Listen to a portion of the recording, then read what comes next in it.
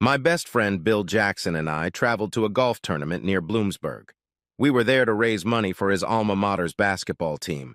Two of his old fraternity buddies met us, and we managed to complete 18 holes, 3 strokes short of the norm. That was good enough to place third in our third tournament. I've never been versed in scoring these tournaments, but I knew enough to know that we excelled among the mediocre. It was as if we had come third smartest in the dumbest class in school, except we were given several packages of golf balls for our efforts. Bill and I were sipping a couple beers before heading home when we struck up a conversation with two guys from Harrisburg. We discussed important topics like baseball and soccer, and then talked about what we do for a living. Both Bill and I were surprised to hear that one of the guys, Jack Andrews, was the CEO of Wegmans. Our wives worked for that company, but in the Scranton branch. Jack worked in Mechanicsburg. "You're both from northeastern Pennsylvania, from Scranton, aren't you?" Jack inquired. "A few weeks ago, I attended a company meeting in Syracuse and ran into a blonde sex bomb from the Scranton branch. She was stacked like a brick latrine." Bill looked at me and smiled. We both realized that he must have run into Bill's wife, Gwen, and she must have made an impression on him. But the same was true of every man who had ever seen her. Gwen is a beauty. Bill turned to Jack. I was pretty sure he was going to mention that Jack must be referring to his wife before he said anything inappropriate about Gwen. But it was too late. She could suck the chrome off the tow bar bump. Jack grinned. The breasts were really big and sensitive. I must have spent a whole hour just having fun with that girl. I'm looking forward to our fall meeting in Harrisburg. It will be for 3 whole days. I was afraid Bill was about to smash that asshole's head in with a beer bottle, so I put my hand on his shoulder. I couldn't blame him for that, but as a friend, I had a concern to try to keep him out of jail. I felt Bill relax a little. "You're talking about a real whore, Jack. Did you happen to hear the little slut's name?" Bill asked quietly. "Did you hear her name?" Hell, we all had to wear those stupid stickers with our names on them all day. "I remember her name very well because she put the sticker on her blouse, right above her left breast," Jack continued. "I spent a lot of time looking at her name tag during meetings, and if I hadn't sat next to her, I probably would have slept through most of the day as usual. I'm going there for a chance to have fun. That's why I go to these meetings, well, and management insists I attend them to keep my job." "We should get on the road, Bill." I quickly hurried my friend, hoping to get the hell out of here before things get any worse, if that's possible, of course.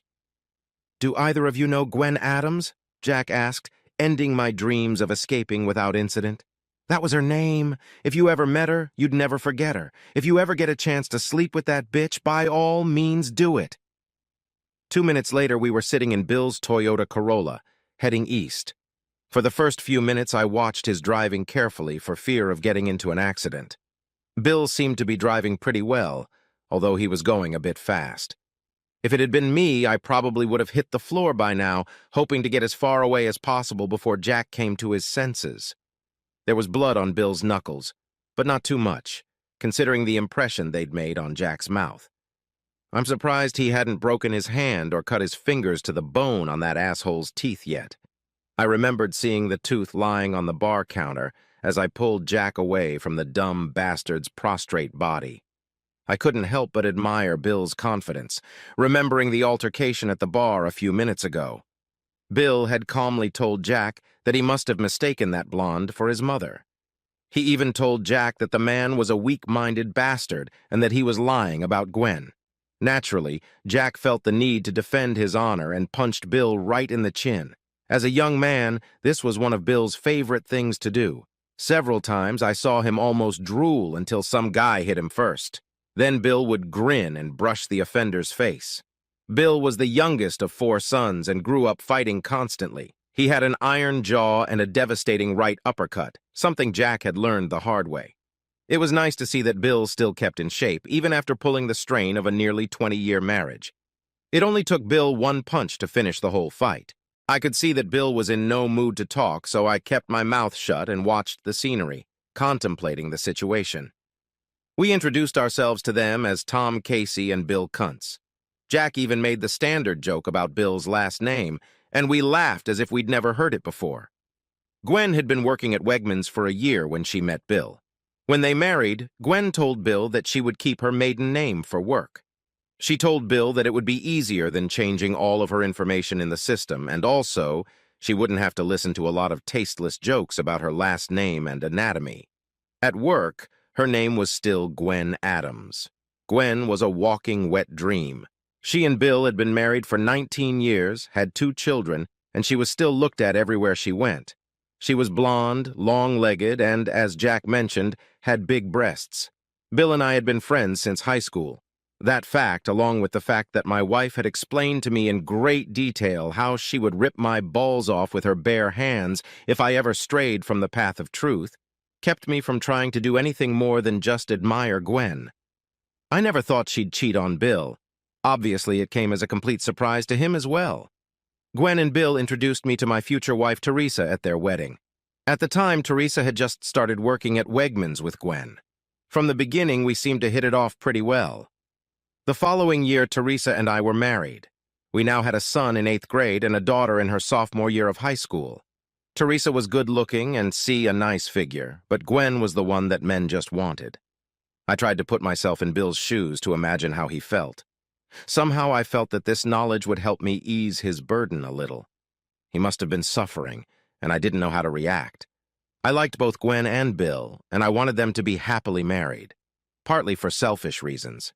We did a lot of things together, and Gwen and Teresa had grown closer over the years. I was very happy with the status quo and didn't want to change it. They were my favorite friends, and I always wished them luck. That was kind of lame. I knew I would have been furious if Teresa had betrayed me. I never gave in to the temptations that came my way from time to time. Teresa often told me how bad my life would be if I ever gave slack. I never thought any woman was worth the risk of losing Teresa. I was sure she felt the same way. We didn't have hot monkey sex every night, but we still enjoyed making love. Bill was just paying the price for having a very desirable wife. I knew that Gwen was constantly being hit on by men. I had seen quite a few examples of it, sometimes even when she was standing next to Bill. Maybe it was a good thing that my Teresa's legs weren't as long as Gwen's, and that her breasts weren't as big, and her face wasn't as young and showy. Teresa was my wife and the mother of our 2 children, and she looked just right. I will never suffer the pain that Bill was feeling now as he drove us home. Home! Oh, shit! What is he going to do when he gets home? Should I go to my place immediately and let him and Gwen deal with everything? What if he gets angry enough to hit Gwen? Should I stay to keep some semblance of order? Did I want to hear what would be said? Did I want to watch the possible demise of their marriage? Was it really that bad? I realized it would be a good idea to determine what Bill was thinking. I needed to talk to him. "Bill, talk to me, buddy," I began. "What are you thinking, and how are you going to act with Gwen when you get home? You know I can't let you do what you did to that asshole at the golf club. I need to know you can control your emotions." "I couldn't hit Gwen even if she cut my heart out with a gardening tool," Bill replied grimly, although I think that's exactly what she did. "I've been thinking it over, and I've decided to pack up some things and check into a motel for a few days. I don't know if I can go through with it, Tom. It's a big deal. I had no idea she could do something like this to me and us. I have never cheated on her, and to this day I would bet my life that she would never cheat on me. God, that hurts so bad. Is there any way you can forgive her, Bill? I have no doubt she loves you to death. Leaving would crush her, Bill, even if she did. You know how guys are always hitting on her. That's one of the problems with marrying the most beautiful woman in this damn county." "Then how do you put up with it, Tom? How do you keep Teresa happy and faithful? How do you keep those damn hound dogs away from her? She's stunningly beautiful, and you 2 seem to be doing just fine, at least for now," Bill added. "Well, you have to admit that Teresa doesn't attract men the way Gwen does," I pointed out. "She's okay, of course, but she's not a walking wet dream like your wife. She just doesn't get thrown at as often as Gwen." "What the hell are you talking about?" Bill asked, looking at me like I had 2 heads. "Teresa is just hot. Any normal man would give his left arm to be in her bed. Her ass is a true work of art, and her rump is just perfect. She has an incredible smile and just seems to exude sexiness. Even Gwen looks pretty pale next to Teresa." "Are you crazy? Gwen looks like a goddess. She's always so athletic, tanned except for her unusually large bust." "Gwen is a real beauty," I said, almost in awe. I suddenly realized that I hated that asshole Jack almost as much as I hated Bill. Maybe that's why I accidentally stepped on his crotch as I pulled Bill away from his prostrate body. You must be blind or something, Tom. Teresa is incredible in every way. Gwen looks pretty good. I admit it, but you won the lottery when you picked up Teresa, Bill insisted. And besides, she's not a freaking cheater, and that's a real plus on my list. We were silent again, pondering what we had just revealed to each other. Bill thought Teresa was prettier than Gwen. I struggled with that thought. Gwen was breathtakingly beautiful. I never realized Bill felt that way about my wife, but on the other hand, I had never admitted to him how hot I thought Gwen was. We were still silent as Bill turned into his neighborhood. We were both feeling the tension and showing all the signs of it. Well, naturally Bill looked worse than I did, but my stomach twisted into a knot as well. I dreaded the next few minutes. As we pulled into the driveway, we immediately noticed several cars. I'd left mine there early that morning when I'd left with Bill. Behind my car was a dark maroon 1967 Pontiac Le Mans with a black convertible top, and right behind it was my wife's car. What the fuck, Bill? Doesn't that look like that 3-speed Pontiac you used to have? Who the hell does this hottie belong to? I asked, climbing out of the passenger door before Bill brought the car to a complete stop. It's probably some son of a bitch who pisses on my Gwen while I'm out of the house, Bill replied angrily, looking at the convertible. At that moment, the door of the house swung open, and Gwen and Teresa ran down the driveway with smiles as wide as the face of the Pontiac. Seeing Gwen, I went back to my business. She had no idea the trouble she was facing. As soon as I thought about it, my attention shifted to Teresa, who was walking happily toward me. I took a good look at her and studied her features and figure. She did look very good indeed. Perhaps Bill was right. She was just over 40, had given me 2 children, and I realized that she was very, very beautiful. How could I have thought Gwen was more attractive? As Teresa shortened the distance between us, I had the urge to drag her into the back seat of that fucking convertible and use its back seat for its intended purpose.